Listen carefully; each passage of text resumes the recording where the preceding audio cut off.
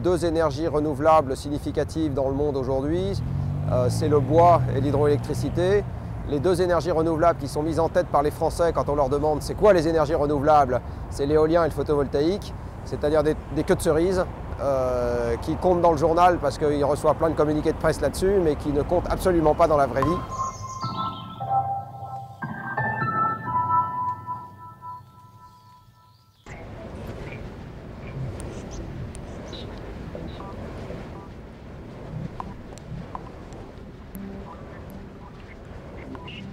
Si nous sommes dans une civilisation qui double sa consommation d'énergie tous les 20 ans ou tous les 30 ans, les énergies renouvelables vont pédaler derrière comme une espèce de poulie d'or toujours en retard.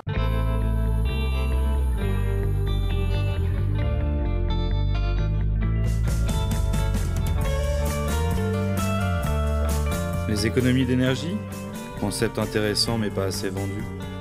On préfère penser que la pollution c'est les autres. Le cycliste accuse l'automobiliste les pouvoirs publics.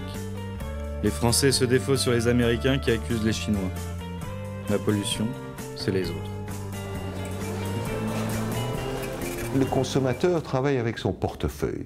Et quand je dis le consommateur, c'est au sens large du terme, c'est aussi bien le particulier que les sociétés de l'industrie. Et ce qui est cher, il va en diminuer la consommation. Et ce qui est bon marché, il va en consommer plus.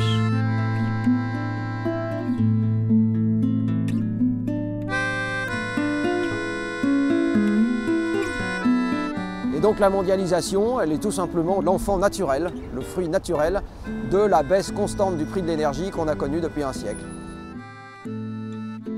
Les containers de produits bon marché s'accumulent dans tous les ports du monde, pendant que les salariés trop chers grossissent les statistiques du chômage.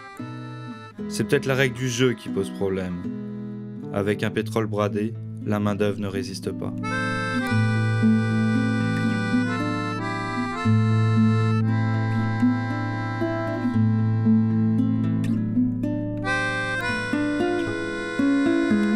La main-d'œuvre est renouvelable. Nous ne l'importons pas et sa non-utilisation est génératrice des coûts budgétaires liés au chômage et des coûts sociaux que l'on ne monétarise nulle part, induits par le chômage. L'énergie fossile n'est pas renouvelable. Nous l'importons en totalité et son utilisation est génératrice des coûts futurs du changement de climat. Alors regardons sur quoi sont assis nos prélèvements obligatoires. Eh bien, 38% d'entre eux sont assis sur les salaires et 3,5% seulement sont assis sur l'énergie. Ces 3,5%, c'est la taxe sur les carburants.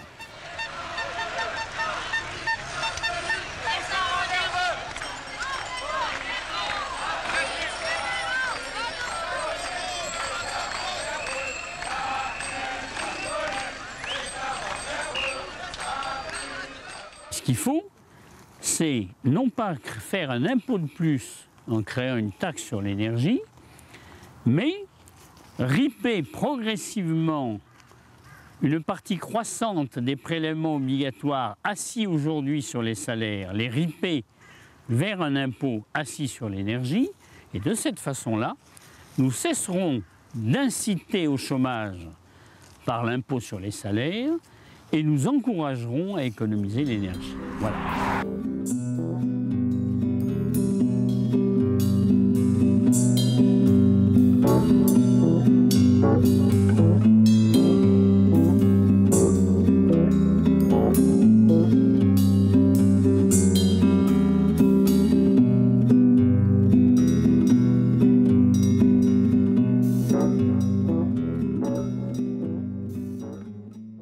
Les politiques, ça n'existe pas. Ce qui existe, c'est ce que le système médiatique prend de ce qui se passe dans les milieux politiques.